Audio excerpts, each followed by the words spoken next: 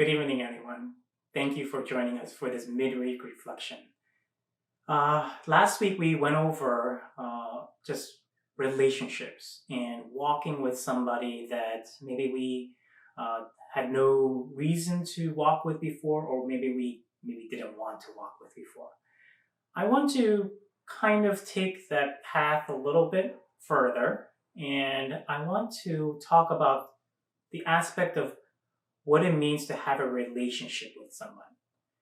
And I don't want it to become something where your relationship with somebody and you reaching out to somebody is simply because you've gotten to know them and now you want to actually get involved in their life. Because there is something problematic with that, especially theologically, there's something problematic with that. I want to bring before you a passage, and I want it to be the passage that kind of gives us foundation for what we're going to be talking about today. The passage comes from Romans chapter 5, verse 6 through 8.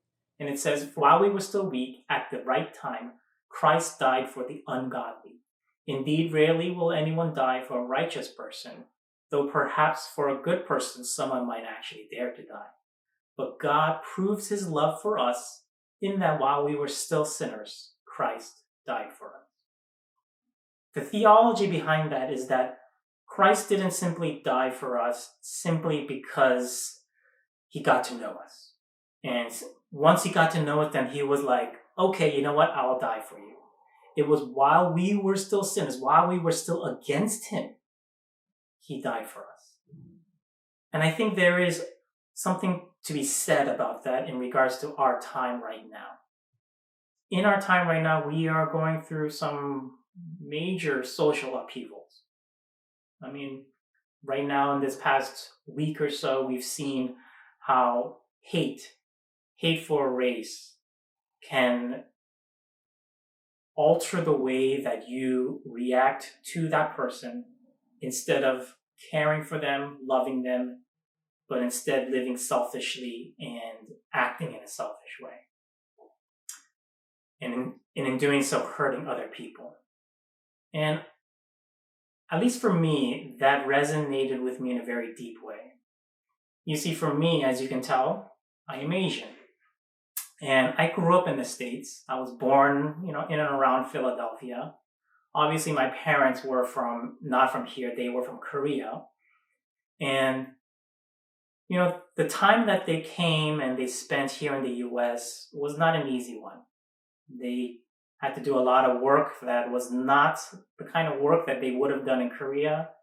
They had to put in a lot of time and effort into making a life for themselves here.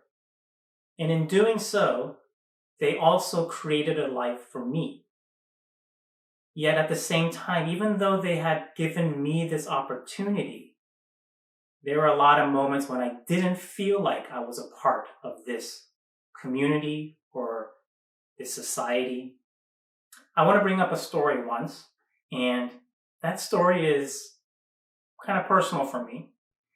I was walking with a bunch of friends, and they, we're just kind of hanging out in the city, and all of a sudden a car passes by, and as that car passes by, the person in that car yells out, "Go back to your country." And at the time, I was kind of dumbstruck. I couldn't say anything. I didn't know what to say.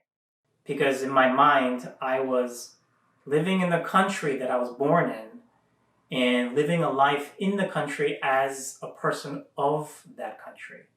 And yet here I was being told to go back to some place that I did not know and had no connections with, no affiliation with.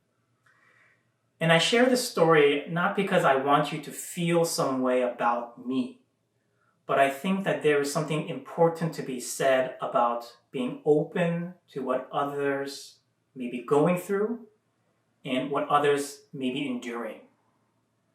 My question for us today: are we seeing people as they really are? And the reason I ask that question is because I want us to start thinking beyond our own spheres, our own silos of what we believe is right, and staying there simply because we think that it's right. And it may be. And it may be true that that's where you should be. But that doesn't mean that you ostracize and you push away any understanding that you can have from somebody else. You may not agree with them. You may not like them. But it's important in our time right now that you care and you look out for someone even if you disagree with them.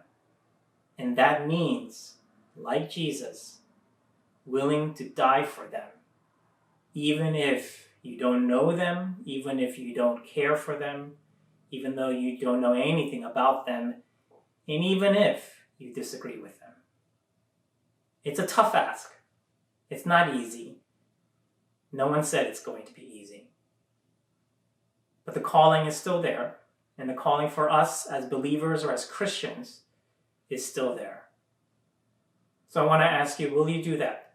During this week or during this time, especially when there's so much division, especially when there's so much heartache, a lot of pain. In the midst of this, will you reach out instead of saying, I'm right in this and you're wrong? Will you instead say, I will walk with you. I will listen to you. I will open my ears and my heart to you. And I will care for you. So let's do that.